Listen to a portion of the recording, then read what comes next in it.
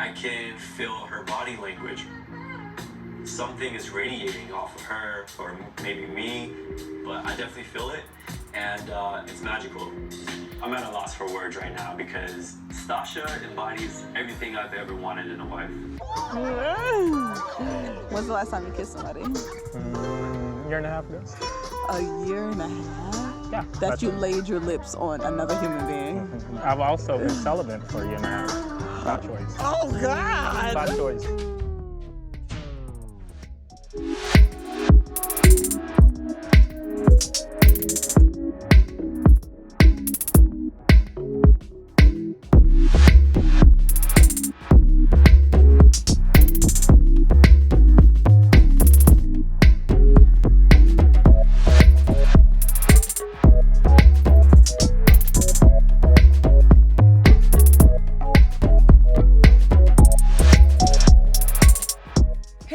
Welcome back to Romance Review TV with Lady T. Got another recap for you guys. Married at First Sight, Season 15, Episode 2, A Whole Life for a Whole Life. So we're going to kind of talk about what's going on. One wedding down, 4 to go.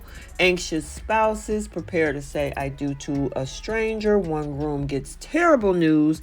A wedding has to be postponed, and somebody actually get married, and there's chemistry. So before we jump into this, take a second to make sure that you're subscribed to the channel. Make sure you turn on your notifications to receive all updates, and don't forget to like and share. So after Alexis and Justin made their big leap last week, it's now Lindy and Miguel's turn. Then we also have upcoming Kristen and Mitch turn. And then, of course, Stasia and Nate's turn to say I do. But it does not come without some drama. So let's talk about the first couple, Nate and Stasia. Okay, so we left off with these two last week's episode. It was time for Stasia and Nate to go through their ceremony. Now, she's hoping to meet her Prince Charming. Nate is focused on his future ahead of him.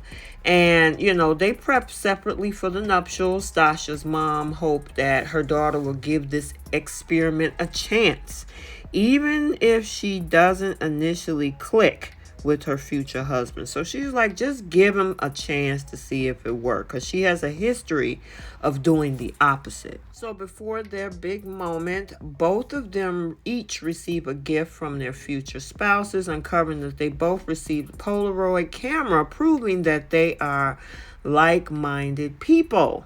There were a lot of nerves that set in when the ceremony begins, and Stasia walks down the aisle with her mom toward Nate. And as it all unfolded, Stasia promises to remain on a path that they're beginning today, and Nate vows to be her rock. They both said I do. Stasia and Nate closed the deal with a kiss. Now, the day continues with a quick chat over champagne. Both together, Nate and Stasia talk about their jobs and how they both work from home, along with the nerves that they've had throughout this entire day. Now, the mood gets a little tense when Stasia learns that Nate isn't as tidy as her when it comes to housekeeping, but it's only a little small blip on an otherwise positive conversation. When it's time to meet the families for photos, you know, they're pretty comfortable with each other, hinting that, you know, they're having a great positive start on their relationship. Now, we did see the premiere of this couple, Justin and Alexis, and the festivities continue for these two this week as they take photos and continue building their chemistry. Now, it's an evening filled with fun and laughter, but the reception takes a turn shortly after the couple takes to the dance floor for the first time. Take a look. When's the last time you kissed somebody? Year and a half ago. A year and a half? Yeah. That you laid your lips on another human being? I've also been celibate for a year and a half. By choice. Oh, God! By choice. He's celibate! Oh, wow! Yeah, so Justin let it slip that he's celibate, and this lands with an awkward reaction from Alexis, who is clearly taken back by the revelation. And she also announced it to the crowd. Now, that part I didn't understand. I mean, even with the celibacy thing, I don't see an issue with him. I mean, it's almost like, okay, if he was sleeping around town, people would have a problem with that. But because he only took a year off, and we were in the middle of a pandemic, so I don't think the dating market was wide open for the past year and a half. So it makes sense. So I don't know why that was an issue for her, and the fact that she needed to feel like she wanted to announce it to everybody else. Now, I don't know if that was a production move to say, hey, yell it out to the crowd, but yeah, that one I didn't understand, and I know I've been, checking into social media, and a lot of you guys are saying the same thing. It's one thing if he, told you that and you had that conversation alone, but to let everybody else know that at the reception, yeah, I didn't get that. So let me know what you think, but let's continue. So now it's Lindy and Miguel's turn. They're both feeling the pressure to kind of find some common ground with their spouse. Now, as much as they want to be married, they are also nervous about what comes with being in a new relationship, period. Now, as expected, they're both worried about whether they will get along or if they are making a huge mistake. Miguel really hopes his wife will accept his gaming lifestyle. And I have a 22-year-old that's a gamer, and that's a lifestyle that people have to come accustomed to. So I understand where he's coming from. But they do get to see each other at the altar. Lindy gives her groom a sweet hug. So far, so good. So we also saw at the wedding that the two of them share some champagne and conversation. Miguel immediately jumps into Dungeons and Dragons talk. He even brought out a prop to make his point. And I know some folks were giving him the side eye. At that point, I didn't know what to expect. But in a post interview, Lindy actually says that she thought it was cute. And that, even though this was a nerdy hobby, maybe someone would consider she actually liked it. And who knows? I guess maybe the experts matched him with the right girl who can accept that lifestyle. When she learns that Miguel is a doctor and able to travel, oh yeah, she couldn't hold her excitement at all. So far with these two, like I said in my predictions video, I can actually see that they might have a future. So next up is Kristen and Mitch. Now, Kristen still haven't told her father why she's having him fly all the way across the country to meet with her. Now, she did get the advice from her bridesmaids on how to break the news to him when, he arrives.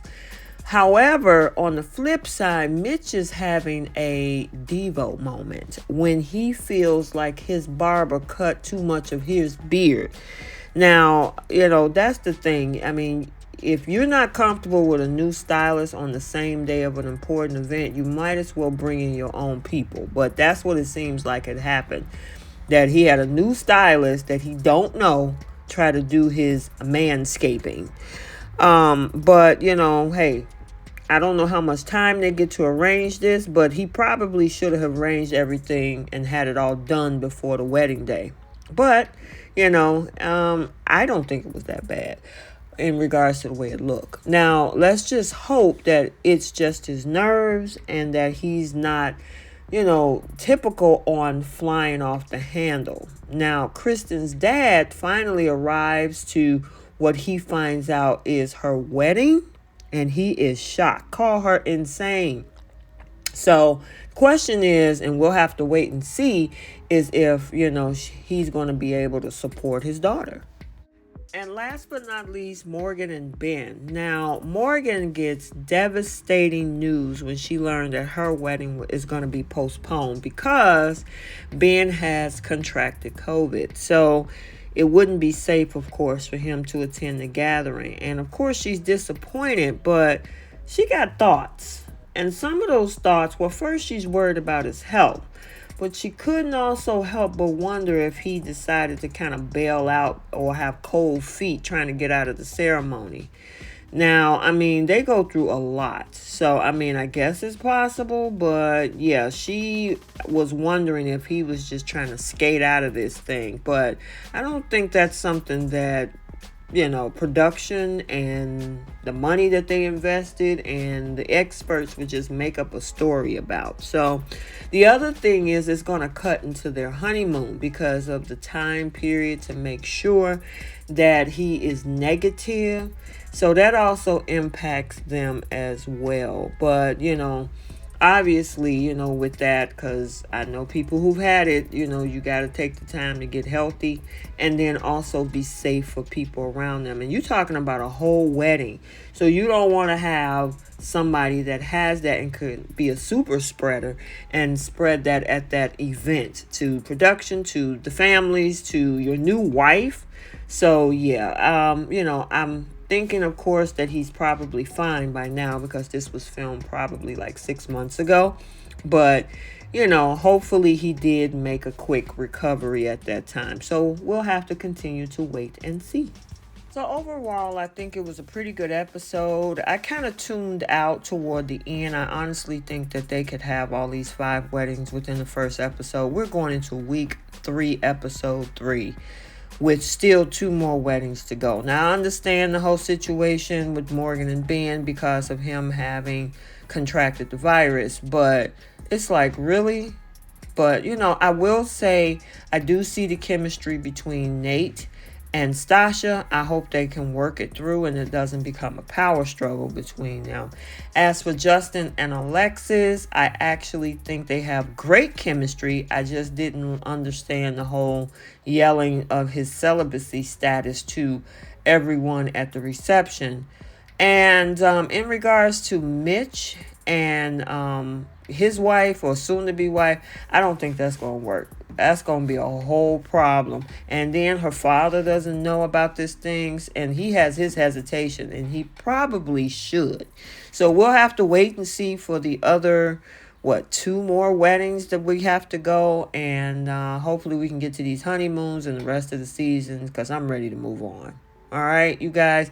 Honestly, I think they could get rid of that whole shopping thing. It's one thing if you want to do the bachelorette and bachelor parties and whatnot, show a dress or 2, but it's just too long. 3 weeks to get through, all of this. So let me know your thoughts down in the comment section. So until the next video, don't forget to take a second to make sure you are subscribed. And likes are free. Like the video.